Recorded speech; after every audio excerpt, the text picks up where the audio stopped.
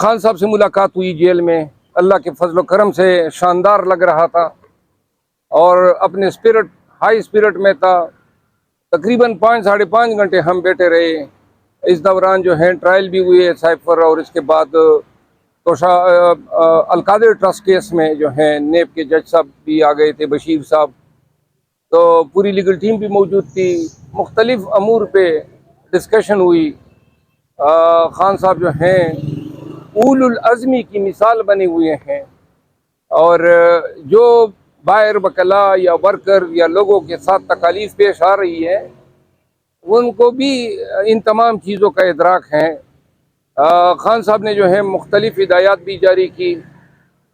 हमारे साथ बड़े ही प्यार मोहब्बत और दोस्ताना माहौल में गुफ्तगू हुई।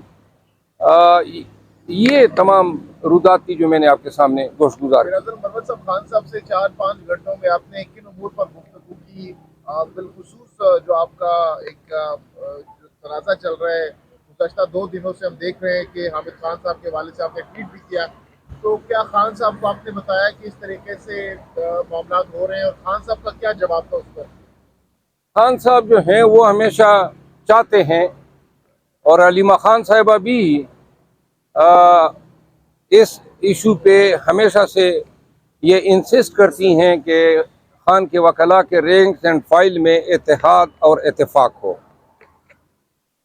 दोनों दफ़ा जो हैं, पहले शोएब शाहीन के साथ जब उसने मेरे खिलाफ वीडियो की, अब हामिद खान आगे आ गए, क्योंकि दोनों का एक ही ग्रुप है। मैंने ये मामलात बता दिए और खान साहब ने इस पे अफसोस का इज़हार किया कि ऐसा नहीं होना चाहिए, और उन्होंने मुझे एक दफ़ा फिर पाबंद किया है कि अब इस इशू पे आप मज़ीद नहीं बोलेंगे। तो खान साहब के एहतराम में अब मेरे लिए ये किस्सा पारीना बन चुका है। शरीफ मरवर साहब, आपने कल एक बात की थी कि ऐनक वाला जिन है, वो कौन है? मीडिया बड़ा कंफ्यूज है सारा। नहीं, ऐनक वाला शैतान मैंने बोला था।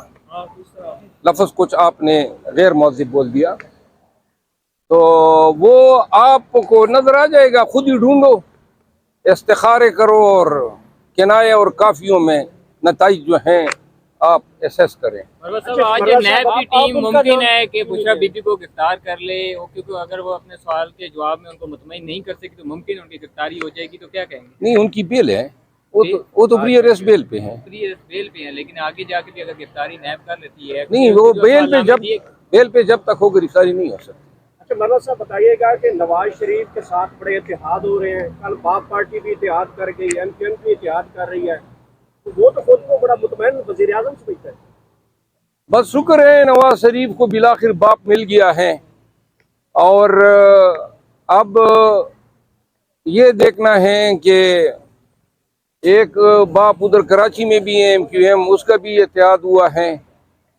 ये तमाम पार्टियां जो हैं प्रो एस्टेब्लिशमेंट पार्टीज हैं, और इन इत्तेहादों के ज़रिए ये तासुर देने की कोशिश की जा रही है कि गोया नवाज शरीफ जो हैं उसको ताकत का सरचश्मा तस्वुर करते हुए और मुस्तकबिल करीब में मुंतखब होने वाले वज़ीर आज़म के तौर पे पेश किया जा रहा है, ताकि जितने भी इलेक्टेबल्स हो, सियासी कुव्वतें हो, वो नवाज शरीफ के हाथ पांव मजबूत कर सके।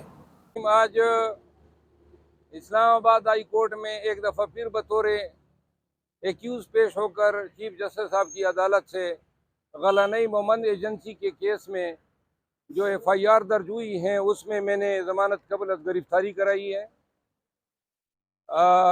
चीफ साहब ने मुझे देखते हुए कहा कि कितने FIR हो गए हैं, तो मैंने तादाद बताई कि जी अब तो 8 हो गए हैं। तो चीफ साहब जो हैं उन्होंने कहा कि जी बस पैरवी कर रहे हो। तो मैंने कहा जी रिवाज सा बन गया है। तो बहरहाल मीडिया के ज़रिए आपको ये बताना था कि वकला को अब इन कामों में फंसा लिया है, पर्चे और पर्चों में ज़मानतें कराओ, फिर गलानई भागो या Peshawar high court, time consuming भी है। एनी हाउ इन इन हरकतों को, इन अफ़आल को कानून की ज़बान में abuse of the process of law कहा जाता है।